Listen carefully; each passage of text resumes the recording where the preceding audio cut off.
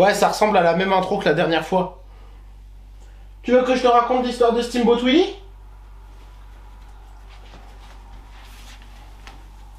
Hop!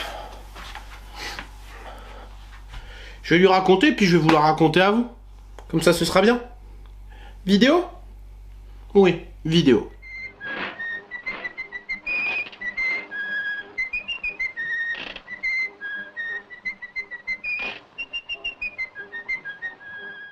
Eh bien, salut à toutes et à tous, ici Trex33 en direct de ma chambre. Ouais, ça change, ça fait bizarre. Bah, je dis chez moi quand je suis à Disney. Je dis chez moi quand je suis ici, il faut bien que je trouve une variante, donc je vais dire en direct de ma chambre. Même si c'est quand même chez moi. C'est pas grave, on n'est pas là pour parler de ça. Aujourd'hui, on est là pour parler du court-métrage le plus connu de l'histoire, peut-être, de l'animation. J'ai bien entendu parler de Steamboat Willie. Steamboat Willie, c'est le court-métrage qui a donné naissance à notre souris préférée. C'est le court-métrage qui a donné naissance à notre studio préféré. C'est le court-métrage qui a lancé tout. Et puis bon, comme le dit bien sûr Walt... Ouais, tout a commencé par une souris. Bon, non, on sait, c'est les parcs d'attractions, c'est les films, c'est tout ça. Mais ce court-métrage, vous n'avez pas idée à quel point il a changé le cinéma. Déjà, c'est un des premiers, si ce n'est le premier, à synchroniser la parole et l'image. Alors oui, Mickey se contente juste de siffler, mais c'est le premier parlant. D'habitude, c'était juste de la musique. Là, il y a de la parole, il y a du son, il y a quelque chose. Et puis, c'est Mickey, c'est la naissance de Mickey, c'est... Voilà, c'est tout. C'est le court-métrage qui a donné naissance à tout ce qui va suivre. C'est le court-métrage qui a donné naissance à Peter Pan, c'est le court-métrage qui a donné naissance à Chicken Little, à Dinosaur même. C'est ce court-métrage-là qui est le précurseur de tout ce qui va suivre. Faut savoir que Walt, quand il a créé ce court-métrage, il sortait d'une longue période avant, bon, je vais pas vous faire l'histoire de Walt, mais il avait quand même été viré d'un journal pour manque de créativité.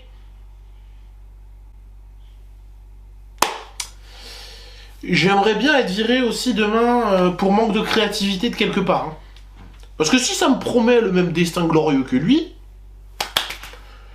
moi j'y vais tout de suite. Vous n'êtes pas sans savoir que depuis quelques temps, le court-métrage est tombé dans le domaine public. Ce qui implique qu'on peut s'en servir, comme l'a très bien fait la SNCF. Je vais essayer de vous retrouver la pub Wigo, si je peux, je vous l'insère maintenant.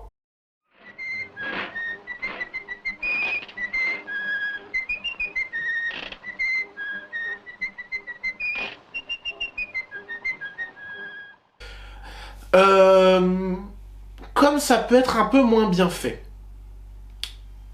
Je vais être honnête avec vous, je déteste les films d'horreur. Je n'aime pas ça, je ne comprends pas l'utilité de ces films et je n'en regarde jamais, je n'en consomme pas.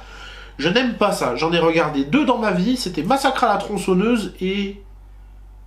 Scream, je crois. Oui, c'était peut-être Scary Movie. Sûr, j'ai regardé Massacre à la tronçonneuse. Je n'aime... Ah si, l'Exorciste, évidemment. Je n'aime pas ça, je déteste, je ne comprends pas l'idée d'aller voir un film pour se faire peur, pour regarder des choses aussi horribles, pour regarder de l'horreur. Et depuis que certains personnages sont tombés dans le domaine public, ou non, je vais vous citer un contre-exemple, des films d'horreur et même des jeux d'horreur ont été annoncés. Je ne comprends pas pourquoi, certes, l'œuvre est tombée dans le domaine public, donc on peut en faire ce que l'on veut. Cependant, je ne comprends pas l'utilité d'en faire un film d'horreur, de gâcher ce que représente l'œuvre de base.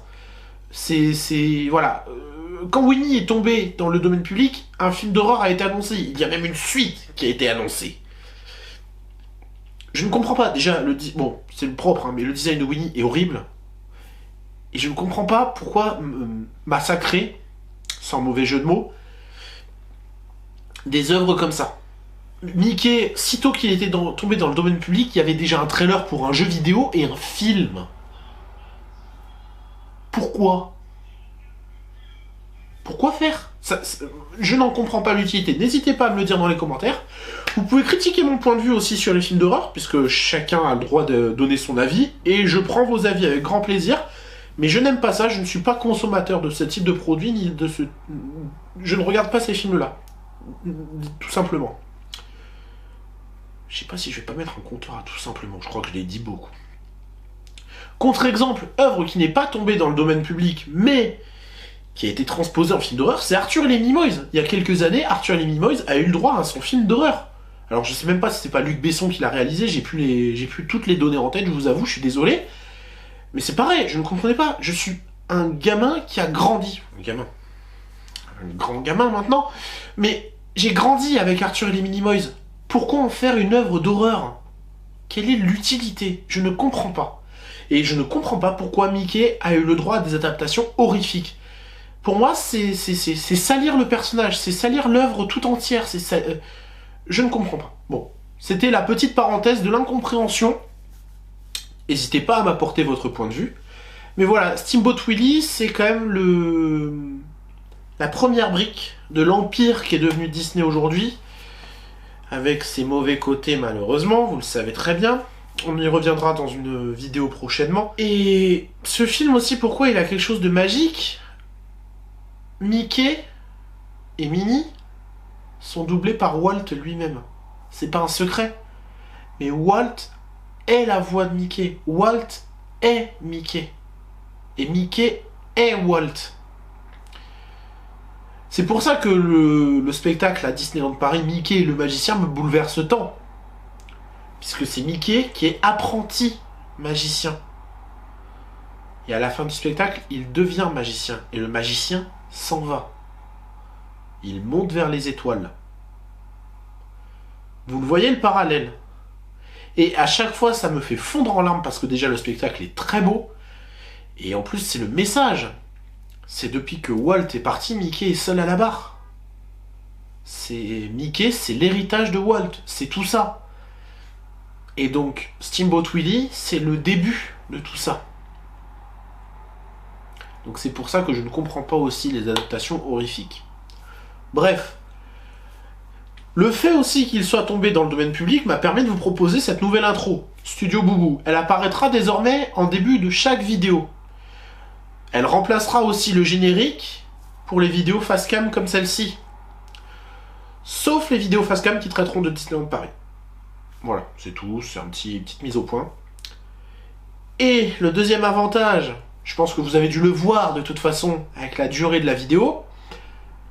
Le deuxième avantage, c'est que j'ai le grand privilège de vous proposer le court-métrage en 4K sur ma chaîne. Je vous souhaite alors un bon visionnage et on se retrouve juste après.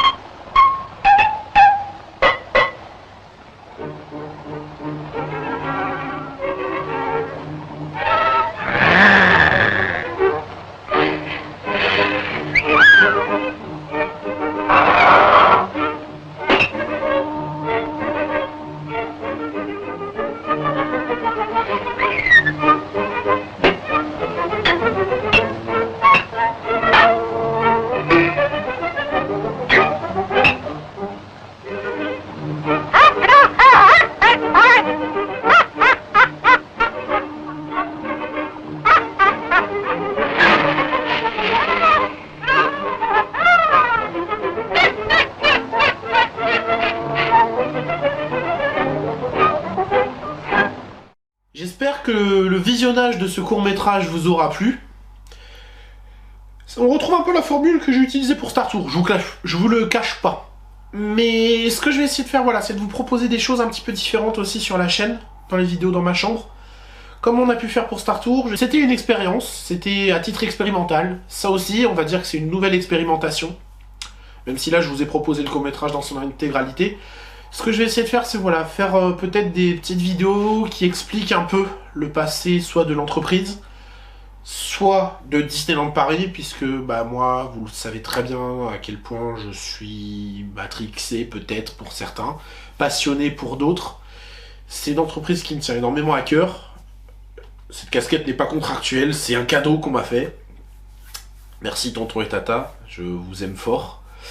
Voilà, c'est juste pour voilà, pour partager un petit peu ma passion avec vous tous.